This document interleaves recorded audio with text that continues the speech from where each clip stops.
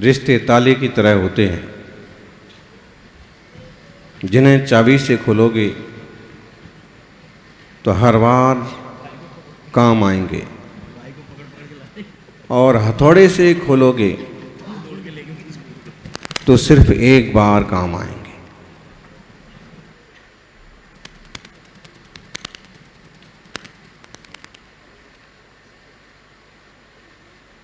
हथौड़े ने चाबी से पूछा, मैंने इस दरवाजे को खोलने के लिए, इस तिजोरी को खोलने के लिए पूरी ताकत लगा दी, मेरा इतना वजन, मेरी इतनी शक्ति, मेरा इतना जोर, मेरा इतना साहस, सब कुछ लगाने के बाद भी ये ताला नहीं खुला। लेकिन तुमने ऐसा क्या किया कि एक सेकंड भी नहीं लगा और ताला खुल गया। चाबी ने हथौड़े से कहा, तुमने अपनी शक्ति का प्रदर्शन किया, तुमने अपने बल का प्रयोग किया, और तुमने सिर पर बैठ करके सिर पर चोट देने की कोशिश की। इसलिए इतनी कोशिश के बाद भी खुला नहीं। थोड़ी कोशिश और करते तो शायद टूट जाता, लेकिन खुलता नहीं। हथौड़े ने कहा, तो तू क्या करती है जो खुल जाता है? उसने कहा कि मैं सिर पर नहीं बैठती हूं, मैं माथे पर चोट नहीं करती हूं, मैं अपमान नहीं करती हूं, मैं ठोकर नहीं देती हूं, मैं तो हृदय का स्पर्श करती हूं। जहां सबसे संवेदनशील जगह है उसे प्रभावित करती हूं, और जिस छेद से ताला खुल सकता है उस हृदय पर वार करती हूं और धीरे से घुमाती हूं और ताला खुल जाता है। रिश्ते भी इसी तरह से होते हैं। रिश्ते तितली की तरह होते हैं, जोर से पकड़ोगे तो मर जाएगी, एकदम ढीले पकड़ोगे तो उड़ जाएगी, लेकिन प्यार से पकड़ोगे तो देर तक हाथ में रही आएगी। संसार में राग द्वेष मोह के त्याग की बात आचार्य देव करते हैं, महावीर भगवान करते हैं, और होना ही चाहिए। लेकिन फिर भी जब तक संसार में हैं, गृहस्थी में हैं, तब तक आप लोगों के व्यवहार कैसे हों? क्योंकि कई रिश्ते ऐसे होते हैं जो आर्त, रौद्र, ध्यान और क्लेश के कारण बन जाते हैं। एक वक्त हुआ करता है जब कहा जाता है कि तेरे बिन हम रह नहीं सकते, और फिर दूसरा एक वक्त आता है कि तेरे साथ हम रह नहीं सकते, जी नहीं सकते। इस घर में अब तो सास रहेगी या बहू रहेगी, अब या तो बड़े भाई रहेंगे या छोटे भाई रहेंगे, अब या तो बहन रहेगी या भाई रहेंगे। ये सब क्लेश कब पैदा होता है? जब हम रिश्तों को नहीं समझते हैं, कीमत नहीं करते। रिश्तों की मर्यादा भूले जाते, भावनाओं से खिलवाड़ करते, कथनी करने में होता अंतर, खाना पूर्ति को बनाते हम मरहम, व्यर्थ का उपहास उड़ाते, फिर भी कहते फासले कम क्यों नहीं होते। किसी का मजाक बनाने से, किसी का दबाव डालने से फासले कम नहीं होते हैं, अपनेपन की बात करने से फासले कम होते हैं। अदालतों में न्याय मांगने से फैसले नहीं होते हैं, फासले बढ़ते हैं। इसलिए कोशिश होना चाहिए कि चाहे रिश्ते हों, चाहे समाज के व्यवहार हों, चाहे मंदिर हों, चाहे तीर्थों के केस हों, कोर्ट कचहरी में रखड़ने की बजाय व्यक्ति और सामाजिक स्तर पर उसको पूरा करना चाहिए। और अगर कोर्ट कचहरी में जाना भी पड़े तो एक ही तरफ से दो पक्ष तो ना बन जाएं। जब काम एक है, उद्देश्य एक है, तो एक होकर के क्यों नहीं तीर्थों की संरक्षण के लिए पुरुषार्थ किया जाता है।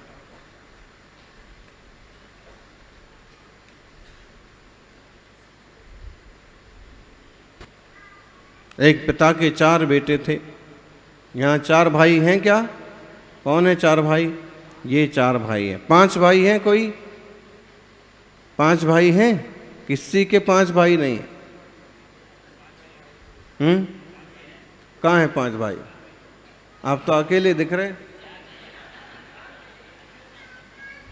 तो आप 5 भाई, चलो आप हैं।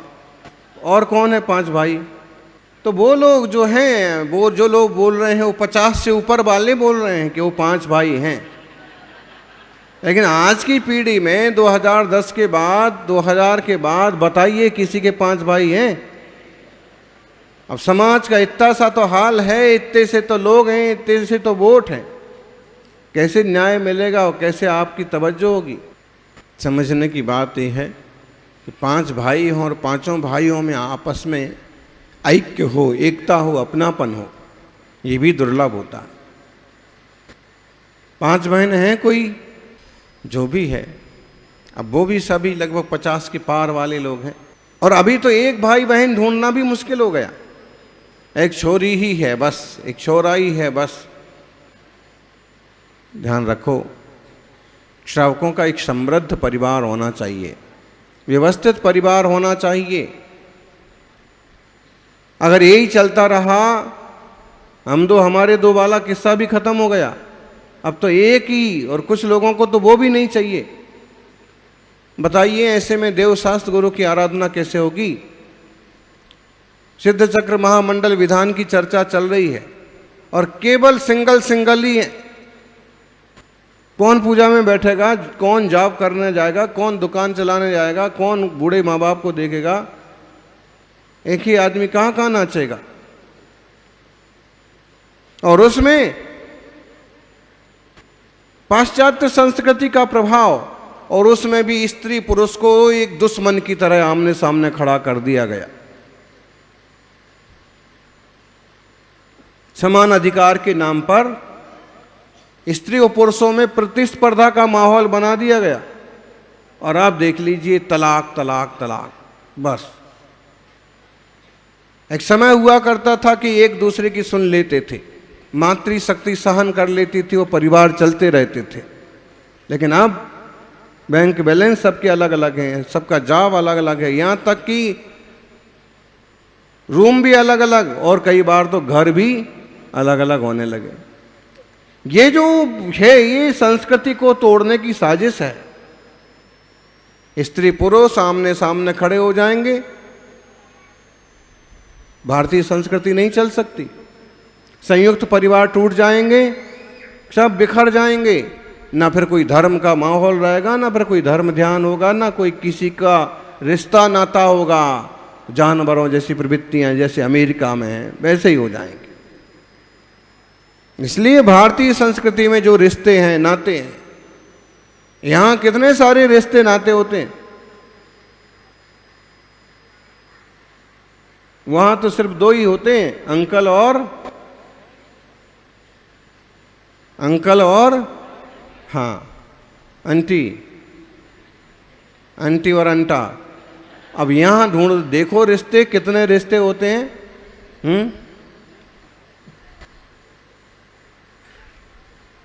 एक आदमी के 100 रिश्ते निकल आएंगे। और जब इतने रिश्ते होते हैं और जीवन में कोई समस्या खड़ी होती है तो कोई ना कोई उसके साथ खड़ा हो जाता है, जीवन सुकून से निकल जाता है। किसी शहर में, किसी गांव में अकेले पड़ जाओ तो कोई ना कोई दूर का रिश्तेदार, मामा काका निकल आता है, और कहीं ना कहीं रास्ता मिल जाता है एक संतोष का। और नहीं तो आत्महत्या के अलावा कोई रास्ता नहीं बचता है। हर जगह संयुक्त परिवार की, रिश्तों की ज़रूरत है, कीमत है। लेकिन स्थिति तो वर्तमान की है कि लोगों की जुबान पर सिर्फ तब तक ही तुम्हारा नाम रहेगा। आज की स्थिति स्वार्थ भरी दुनिया में लोगों की जुबान पर तब तक ही आपका नाम रहेगा जब तक तुमसे उनको कुछ काम रहेगा। जब तक कोई काम पड़ रहा है तो नाम ले लेंगे, काम निकल गया। अभी स्थिति ये हो गई, काम पड़े तो गधे को भी बाप कहें और काम निकल जाए तो बाप को भी। बिल्कुल ऐसे करने वाले लोग भी हो गए, गांव में छोड़ देते हैं, कमज़ोर हालत में छोड़ देते हैं, पूछते तक नहीं हैं। एक कहानी हम पढ़ रहे थे, रेलवे स्टेशन पर, आजकल तो रेलवे स्टेशनों का भी रूप बदलता जा रहा है। चाय बेचने वाला चाय बेच करके वापस अपनी झोपड़ी में पहुंचा। उसकी बूढ़ी पत्नी ने कहा कि थोड़ा बैठ लो, तुम भी थोड़ा, कल की बासी रोटी रखी है, थोड़ा खा लो, इस ठंड में थोड़ी ताकत आएगी। और थोड़ा सुस्ताया नहीं कि उसने फिर कहा कि देखो जी, आज घर चलने जितना तो हुआ नहीं पैसा, एक बार कुछ और करना चाहिए। उस बुजुर्ग ने कहा कि ठीक है, तू जल्दी से एक केटली चाय और बना, मैं बेच के आता हूं, अभी एक गाड़ी और आने का वक्त है। जल्दी जल्दी केटली चाय बनाई, गया और उसने एक खास चीज पर ध्यान दिया कि एक बेंच पर सुबह से ही एक बुजुर्ग दंपति बैठे हुए हैं।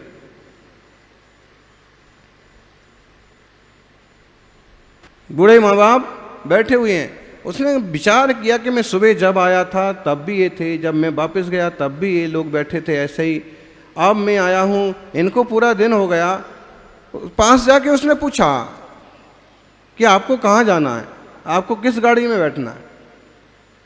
तो उन लोगों ने कहा कि हम लोगों को कहीं नहीं जाना है, हम लोग किसी गाड़ी में नहीं बैठना है।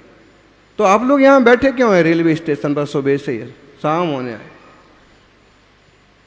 उन्होंने कहा कि यहाँ हमारा बेटा बैठा के गया है, छोटा बेटा बैठा के गया है और कह के गया है कि बड़े भाई आएंगे और लेके जाएंगे आपको।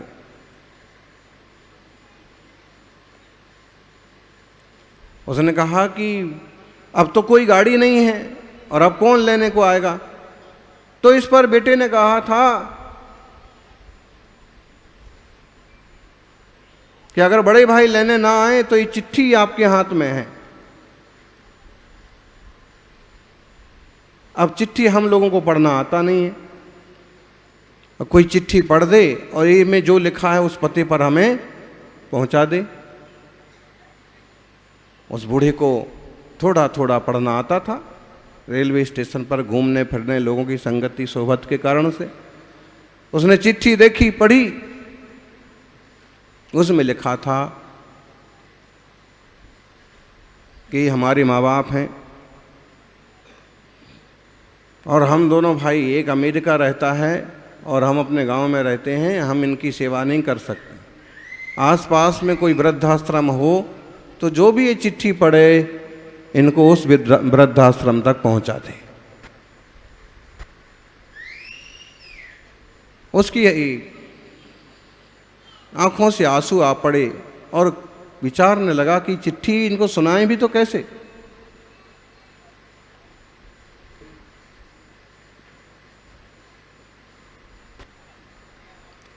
लेकिन अभी जिस बात को लेके पत्नी से चर्चा हुई थी, जब उसने कहा कि मैं फिर से जा रहा हूं चाय बेचने, तो पत्नी ने कहा कि काश हमारे भी कोई बेटा होता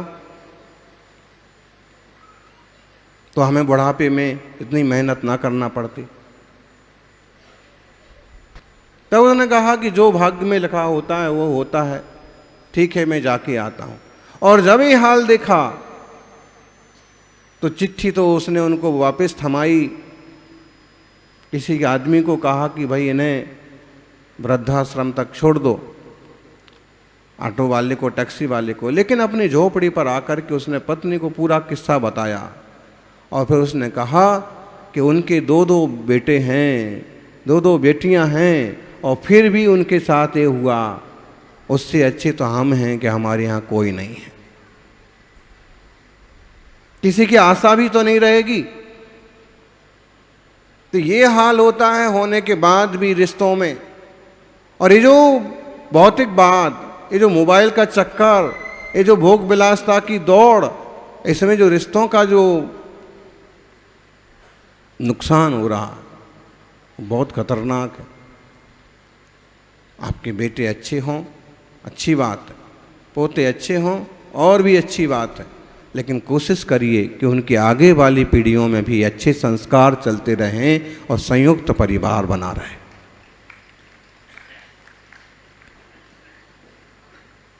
एक एक परिवार में 50-50 लोग हुआ करते थे, एक चूल्हे पर रोटी बना करती थी, और अब तो 2 से 3 का भी ठिकाना नहीं पड़ता।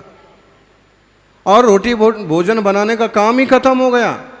और पैकेट बंद आएगा कंपनी का, गंदा खाना, स्वाद तो बढ़िया रहेगा लेकिन उसमें क्या क्या मिलाया गया है। सूअर की चर्बी तक रहती है स्वाद के लिए भी, और महंगे घी से बचने के लिए भी सबसे सस्ता उपाय है सूअर की चर्बी।